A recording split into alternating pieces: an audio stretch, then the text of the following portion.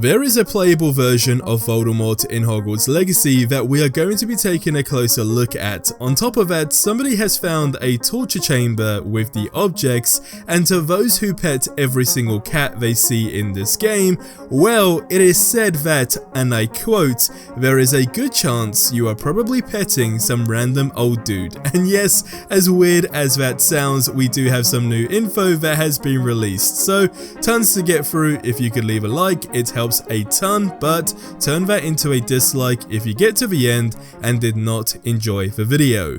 So first up, there is a way that you can actually play as Voldemort in this game thanks to a PC modder, but for those who are not able to play him, I thought we'd take a closer look at what this mod has to offer. First up, the attention to detail is actually pretty good, and you do for the most part get that really villain feeling just walking around, pretty much feeling like you just want to Avada Kedavra absolutely everyone you see. Now, we did do some customization such as giving Voldemort some hair, and I think it's safe to say that it's something you can't unsee. Now, there are a lot more things that you can add as an extra to this mod to get that true villain experience, such as having students go against you, switching up the voice, etc. But from an overall, just as the base of this mod, I have to say that it actually felt weird. Now, of course, we all had that literal expectation of there being a bad route in the game versus a good route, and it was pretty much teased. And no matter how much you want to be mean in this game through various different ways and the way you respond to things, etc, etc, you still don't exactly ever really feel like the bad guy. That said, the second you are Voldemort, the whole game just switches up, so definitely worth trying if you can. Now, it did give me the thought, however, on how cool it would have been if those companion options were actually still in the game.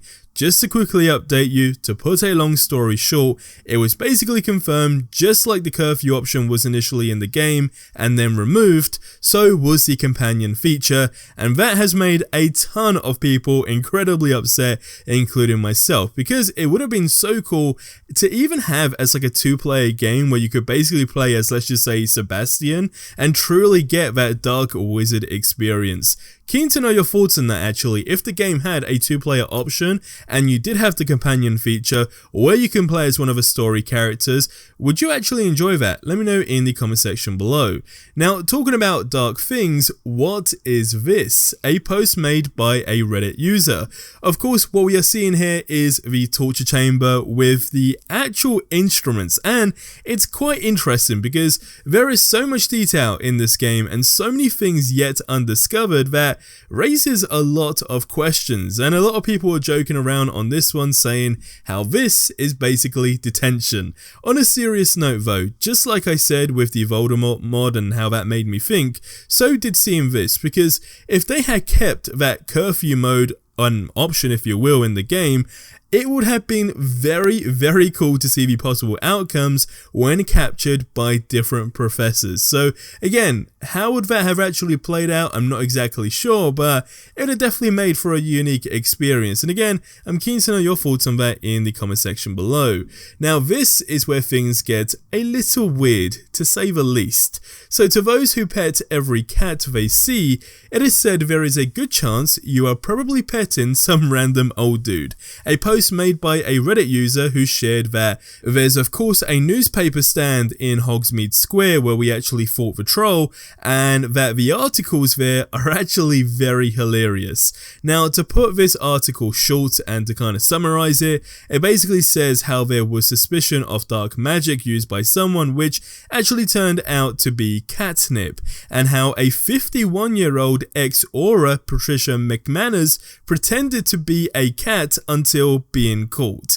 Now, there are a bunch of other stories in these articles that honestly make you view things in this game a lot differently after you read them. So now, for example, every time you pet a cat in the game, it might not be a cat. Strange, but there you go, it's an actual thing. Now, things are very much so going radio silent for the game, now for various reasons which I can only imagine that WB Games and Avalanche are actually finding very hard to keep under wraps, as realistically, nothing can happen until the last gen versions of the game are out. And for anyone who wants to try to quote me on that, the reason why I say that is because it was practically more or less clear as day confirmed that as much as they would love to talk about DLC, they don't want anyone to get the short straw, so to say, and simply because everyone doesn't have the game, we're not going to be seeing any other announcements. That's pretty much what was said, although that's still just coming from one of the people working on the game.